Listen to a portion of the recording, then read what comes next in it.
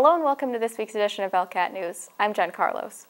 First up, the school committee met on Monday, May 21st to continue its discussion of proposed changes to the high school dress code, a controversial issue which found the committee unable to reach a workable compromise. One motion presented by member Greg Thompson failed to pass. I'm just going to throw it out there because this is how I feel. I'm going to move that we accept the dress code as presented, except we move hats from the allowed part to the not allowed part. All right, motion's made and seconded. All those in favor, please say aye. Aye. All those opposed, please say... I'm sorry, is this for the amendment? Yes, for the proposal that Mr. Thompson made. The motion that Greg made. Accepting the proposal with the one amendment I'll say where aye. hats are not allowed. Okay. All those opposed, please say nay. Nay. All right, so that doesn't carry forward 2-3. After more discussion, the committee directed Superintendent Gordon Smith to solicit additional input from administrators at the other schools to address concerns from the school committee about consistency district-wide and the implementation of appropriate dress code policies at the different grade levels. I'm more for consistency. The 6 through 12 comes in and yeah. says we want. Now, if Dr. Allen comes in with Dr. Flagg and says, "Listen, we like this policy," Yeah. I'd be more open to it.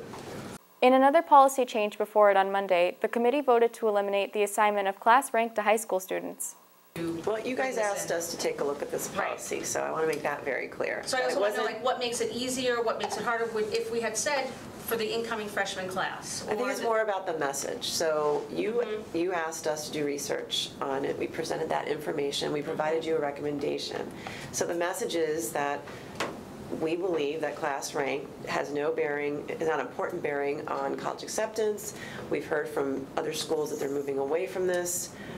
We've seen firsthand about how it affects students emotionally. We either agree with it or we don't.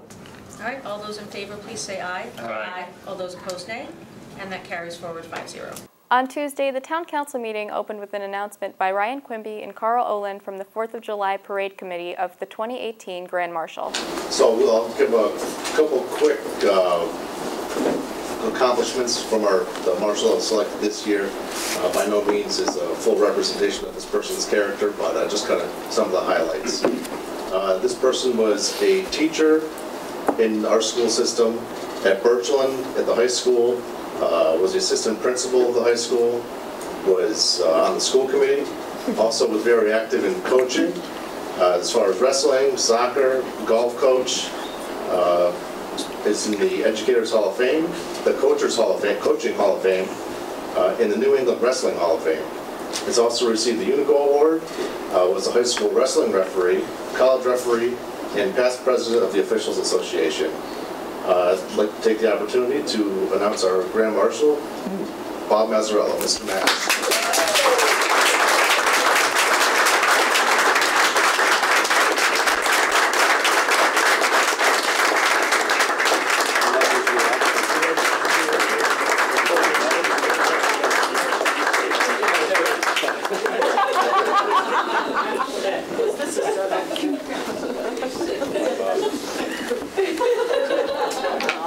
So Bob, I hate to tell you this, but I did ask you to come and give us an update on the I don't know if you really need to, because this is the reason why you're here. But while you're here, you might as well. Oh, you're going to hear it. Invited to the meeting under the pretense of providing an update on the East Longmeadow Athletic Hall of Fame, Coach Mazzarello then did so, reminding the council and the residents of ongoing commitment to honor athletes, coaches, and contributors to the high school athletic programs. Most of the committee has been with us since the start. And finally, believing that our future Hall of Famers are the youth of our community, the Hall of Fame has been providing financial assistance to our town's recreation department in order to give scholarships to our needy youth so that they can attend summer camps. I thank you for the opportunity to address the council this evening. And if there are any questions, I'd be more than happy to answer. Thank you very much. Thank you, Coach. Thank you. You accomplished 2 things. That's good. Did you know about this too? I did not. I love it.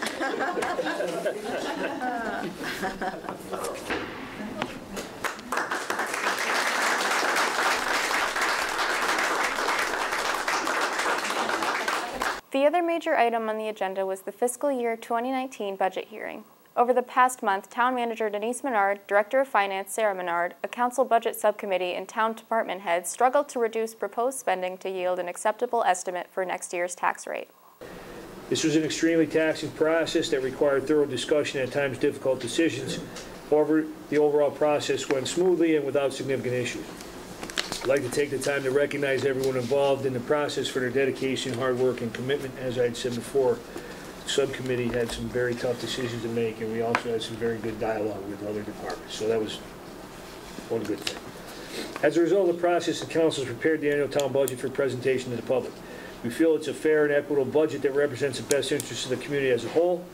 We all need to keep in mind that we are in the second year of a new form of government, and some expenditures reflect changes in departments and personnel that were necessary and required.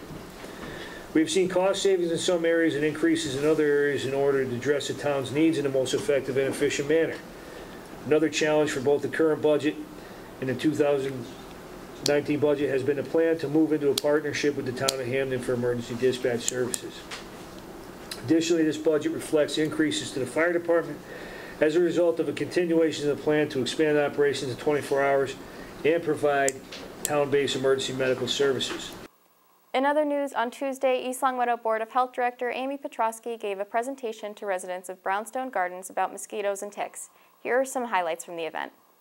Prevention is key. Really, we've been talking about ways to what to do with ticks when we have them or find them on our clothes, but really the best way to protect ourselves from mosquitoes and ticks is to prevent them from even getting on us in the first place. So there are some ways that we can help with that. So if you know you're going to go outside, you're going to be gardening, you're going to go for a walk, you're going to have a picnic, wear long pants and long sleeves, right? It might seem tedious if it's hot out, but it really will help you. And if they're light in color, you'll be able to see the ticks on you, right? So ticks are very, very small. They can be as small as a poppy seed, these ticks, right? So if you have clothes that are light in color, if you're wearing a nice light shirt like this, you'll be able to see that tick on you, even if it's the size of a poppy seed, because they're going to stick there. You're going to see it. For mosquitoes, avoid the outdoors from dusk to dawn, right? Mosquitoes that carry West Nile virus are most active in the evenings. I know you guys will probably all have your parties out here at night, but if you can try to avoid dusk to dawn, your mosquitoes will be less likely to bite you.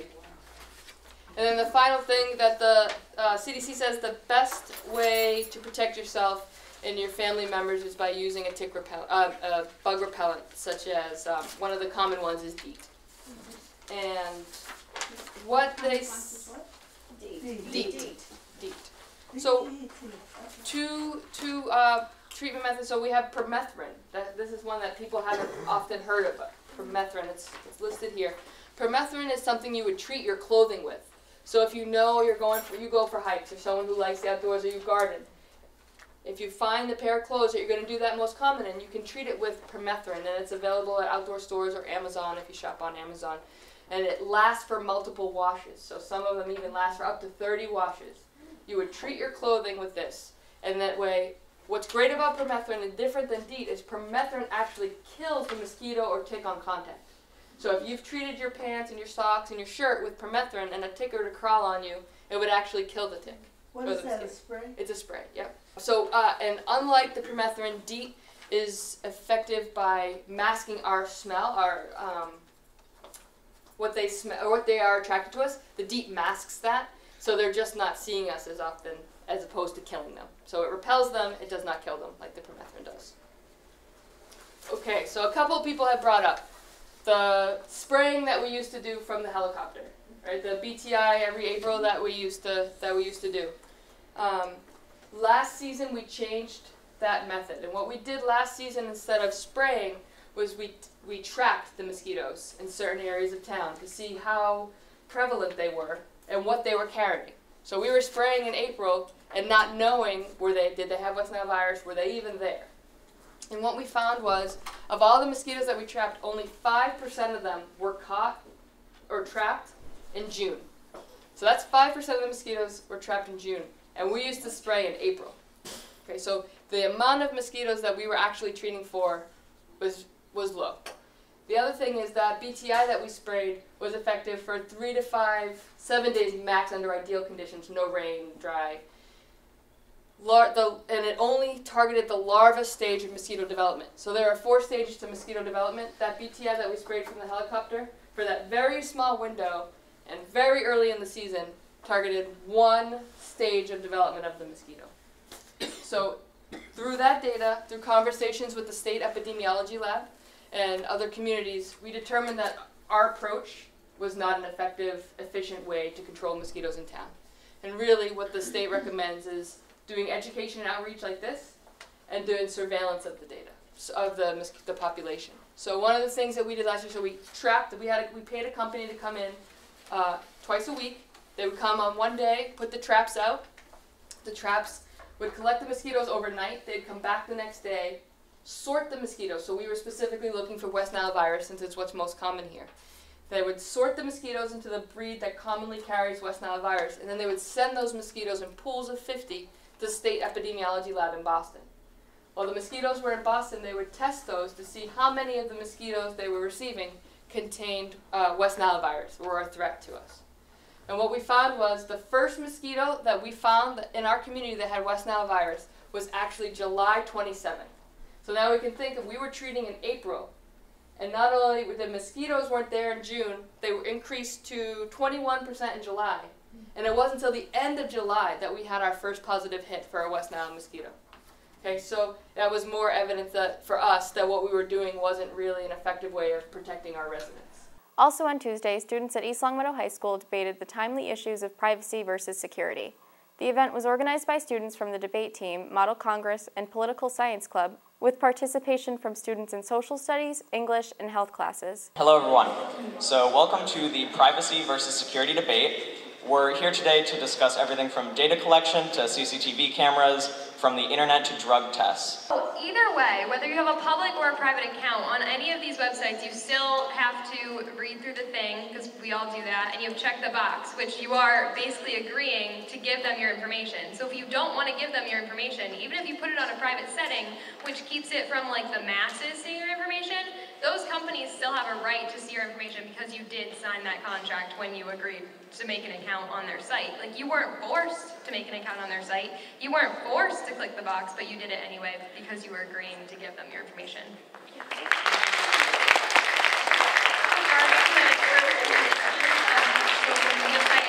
guarantee that none of us in this room have actually read through them.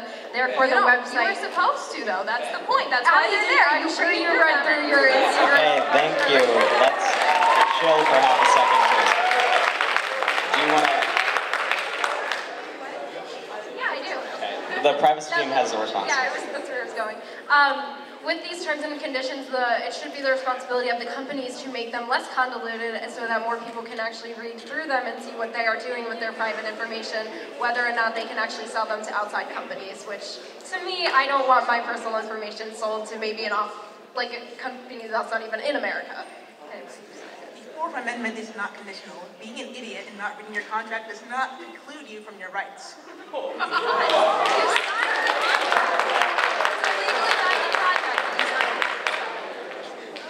Okay, thank you. We're going to go to Lexi's question. Hi, I'm Lexi Jarvis, and I thought I heard, this was just because I was unclear, this is for the security team, by the way. Do you believe that when someone wants to, like the police, when they want to search through your phone, do you believe that they should have a search warrant? Because I thought I heard you say that, but I was unclear. So I think that the Fourth Amendment applies to this in a variety of ways, but the most notable is that yes, they should absolutely have a search warrant, and there should be probable cause for looking through your phone, just like anything else. But I don't think that, to say that necessarily sides with privacy, because I think that the big privacy concern is that, hey, the government should never have the right to look through your personal belongings. What security is saying is that we should have checks and balances like we have in any other facet of government, but there should be a search warrant that's mandatory so that the government can look through your possessions, with the one exception, though, of certain exigent circumstances in which, okay, there's you have 5 hours to prevent some disastrous event. The event is, the information is crucial, but in most situations, I would say that there should be a warrant for our citizens. Okay. Noah Secondo, one of the moderators for Tuesday's event, says the debate was a way to provide a platform for students who feel that their voices have not always been heard on issues of concern to them at the high school. So basically, we wanted to make sure that students felt like they had a voice in the community, and many students, even the more vocal among us, really felt that student voice wasn't necessarily getting through in all the events that we had or even the discussions within the classroom. So we wanted to make sure that with this privacy versus security debate, students could really talk about the issues that they cared about in a way that was free and open and without judgment. Earlier this week, we sat down with Kimberly Ewing, owner of the newly opened Hit Harder Fitness on North Main Street. I've been a trainer for 9 years. I started out working at Gold's Gym in West Springfield as an intern, and I was getting my certificate. So I was there for about 2 years, and then I moved to Century Fitness. So it's been about 9 years after opening this new place last month. So with the certification that I have, I'm certified through the National Academy of Sports Medicine, which is like a globally renowned certification body. Every 2 years, I have to complete a certain amount of continuing education credits. So doing that has allowed me to get tons of different kinds of specializations. So working with youth, working with sports teams, with seniors, pregnant women, like I'm certified to work with all kinds of people. And what I focus on, like my specialization is focusing on functional training, which is kind of how your body moves in a dynamic range of motion. Like instead of just doing one type of workout, you're doing like a full body. So it kind of focuses on using your day-to-day activities to kind of get your workout in. My boot camp is kind of where I kind of took off. Like people love it. I get all different kinds of people. I get men, I get women, I get 18-year-olds, I get 65-year-olds. So usually on this chalkboard I have behind me, I write up a workout on the board, and I go over it, and they kind of go and they do it at their own pace. Sometimes we're inside, sometimes we're outside. It's always different, and I kind of walk around and watch everybody doing their exercises, make sure they're doing it right. So it's always different. You'll never ever do the same workout. And boot camp focuses on, again, there's a lot of jumping and there's a lot of push-ups, and it's all different stuff. Sometimes we use weights, sometimes we don't, sometimes we go running, sometimes it's always different. So boot camp, when you walk through the door, you never know what you're gonna get. I do one-on-ones. I have a lot of one-on-one clients. I also do group classes, and I do what's called small group training. So it's anywhere from like 2 to 6. So 2 to 6 people is considered small group training. Large group training is any bit more than that. And you can also, I do training with a friend, so I have many different options. It depends on basically their goals and of course their finances, but best is 2 times a week, and then I expect my clients to do workouts by themselves as well. Someone who's just starting their fitness journey, 3 times a week, kind of like an every other day thing. And then those people who are more advanced sometimes come to me just for that one workout per week. That's a really kick in the butt, and then they do their own thing the rest of the week. So just like we said, everything is different, depends on what your goal is. So everybody is individual. Also, we kind of operate as a team here. Like I don't like to have people do their individual stuff. I have them work in a team. A lot of times working with partners, because that kind of makes them feel like they're part of a team instead of doing something by themselves. So it's a community. And here's what's happening at the library this upcoming week. This Saturday, May 26th, is the last day of creative writing for teens, so be sure to stop by the library from 10 a.m. to 1 p.m. This creative writing workshop with a focus on science fiction and fantasy is open to teens ages 14 and up. Be prepared to write, read, and share your work, receive constructive feedback, learn the fundamentals of fiction, and explore 2 of the most popular literary genres. Open to aspiring authors at all levels, bring paper and a pen or a laptop and tablet, along with your imagination. Registration is required. On Tuesday, May 29th from 9:30 a.m. to 8 p.m. is student volunteer applications.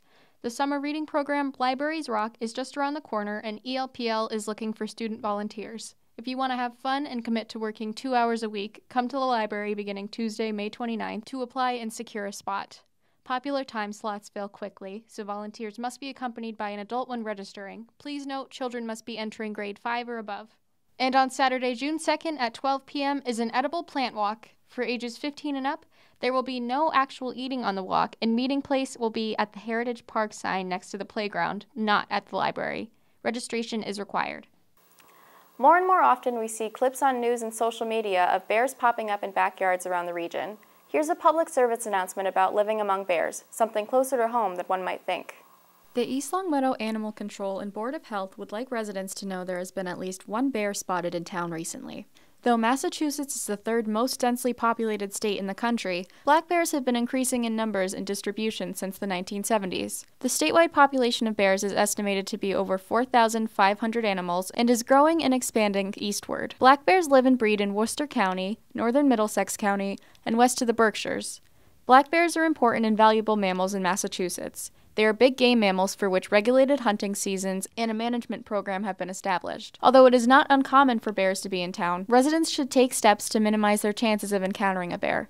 Here are some tips from Mass Wildlife to residents living among bears. Remove bird feeders. Please bring your bird feeders in. Birds have plenty of food available for them in the spring and summer. Secure your trash.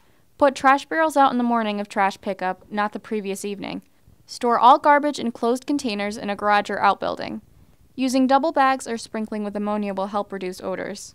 If you compost, do not throw meat scraps, greasy, oily, or sweet materials in your compost pile. Businesses and campgrounds in bear country should invest in bear-proof dumpsters with a locking lid. Trash should always be placed inside the dumpster and never left accessible to bears. Remove other attractants. Always feed pets indoors. Clean greasy barbecues and grills after each use. Do not leave food scraps, grease containers, or spilled grease in your yard. Protect bees and chickens. Use electric fencing to safeguard hives and coops. Electric fences are most effective when put up and continuously charged before the first damage occurs. Keep open, mowed areas on all sides of hives and coops, and do not locate hives or coops in abandoned areas or close to brushy, overgrown areas. And if you do encounter a bear, turn the lights on outside and don't play dead or fight back. Back away, do not run, and talk to the bear in a calm voice. Check for and remove any food sources. Finally, make yourself look as big as possible. Create as much noise as you can by yelling or banging pots and pans together. Finally tonight, a reminder that Tuesday, June 5th is the annual town election. There are 2 races on the ballot for school committee and 2 uncontested seats on the town council. There are also 3 ballot questions seeking voter approval for amendments to the town charter. Polls are open at Birchland Park from 7 a.m. until 8 p.m. That's it for this week's edition of ELCAT News. I'm Jen Carlos. See you next time.